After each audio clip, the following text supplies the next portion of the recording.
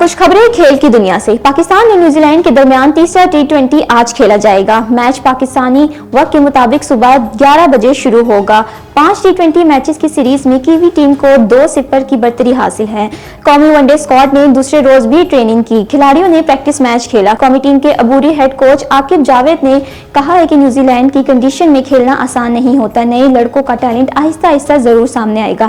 عاقب جاوید کا مزید کہنا تھا کہ شاہین افریدی نے اگر انٹرنیشنل کرکٹ میں خود کو منوانا ہے تو کارکردگی بہتر بنانا ہوگی۔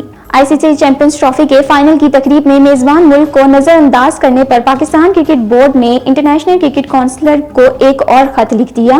گزشتہ روز لاہور میں ایڈورٹائزر چیئرمین PCB عامر میر اور چیف فائنانس آفیسر نے پریس کانفرنس کرتے ہوئے چیمپئنز ٹرافی کی میزبانی پر پاکستان کو ہونے والے نقصان کی بھارتی رپورٹس کو جھوٹا قرار دے دیا۔ پاکستان کرکٹ بورڈ نے چیمپئنز ٹرافی کے دوران اور بعد میں منفی پروپیگنڈے کرنے پر بھارتی میڈیا کو آڑے ہاتھوں لے لیا اور بدنام کرنے کی سازش پر اپنا رد عمل دے دیا۔ جاپان فیفا ورلڈ کپ 2026 میں کوالیفائی کرنے والا پہلا ملک بن گیا۔ جاپان نے AFC کو کوالیفائی کے تیسرے راؤنڈ میں بحرین کے خلاف جیت کے ساتھ کوالیفائی کیا۔ بحرین کے خلاف جاپان نے 2-0 سے فتح حاصل کی۔ جاپان نے بحرین کے خلاف کامیابی کے ساتھ تیسرے راؤنڈ میں گروپ C میں پہلی پوزیشن حاصل کی۔ واضح رہے کہ فیفا ورلڈ کپ 2026 امریکہ، کینیڈا اور میکسیکو میں کھیلا جائے گا۔